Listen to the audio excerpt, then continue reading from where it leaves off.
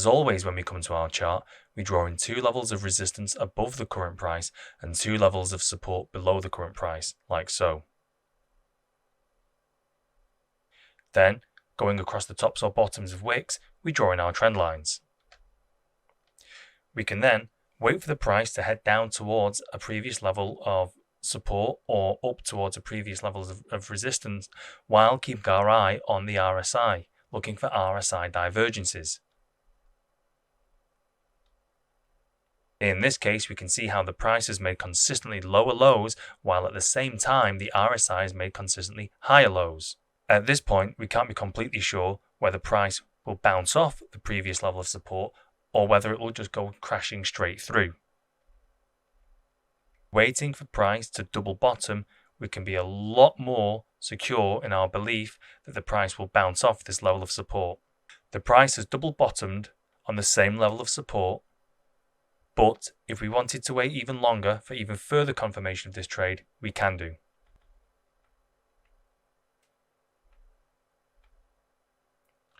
Price is failing to break our trend line.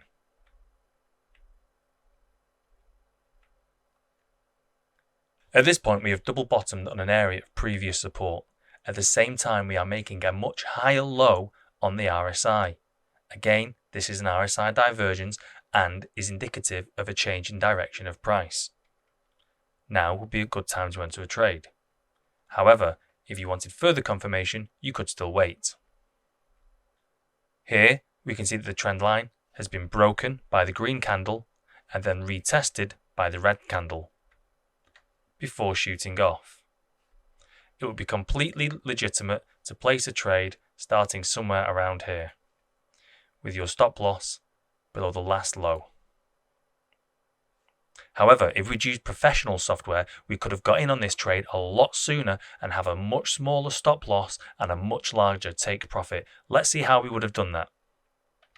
Using professional software, which is actually completely free, we can look at the same trade on the 30-second chart, putting us ahead of people using TradingView. Here, we can zoom into the first touch on our historical line of support.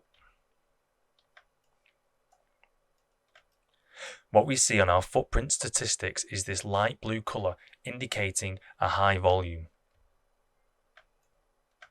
Zooming in on this high volume candle, we can see it was comprised of $18.8 million. However, the value area, that's 70% of the trades, were actually outside of the candle's body and stuck in the wick. As you can see by all of these little red bars on the left hand side, most people in this candle thought that the price was going down and they were shorting. However, price rapidly rejected off the level of previous historical support and went in the opposite direction.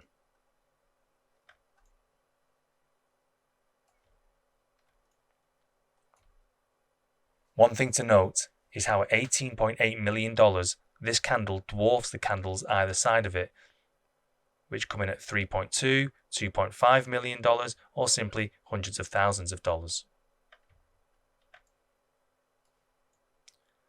Similarly, over here, we have another candle of relatively high volume compared to the candles either side of it, denoted by the light blue color, and what matters most is that all these traders are trapped in the wick, which tells us price is likely to snap back, which it does.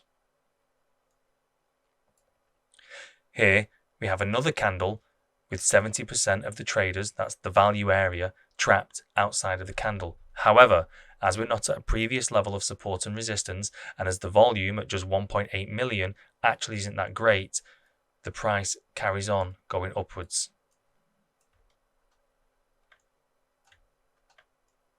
This professional software, which is free to download and use, bases its figures off volume. Therefore, we can trust what it's telling us.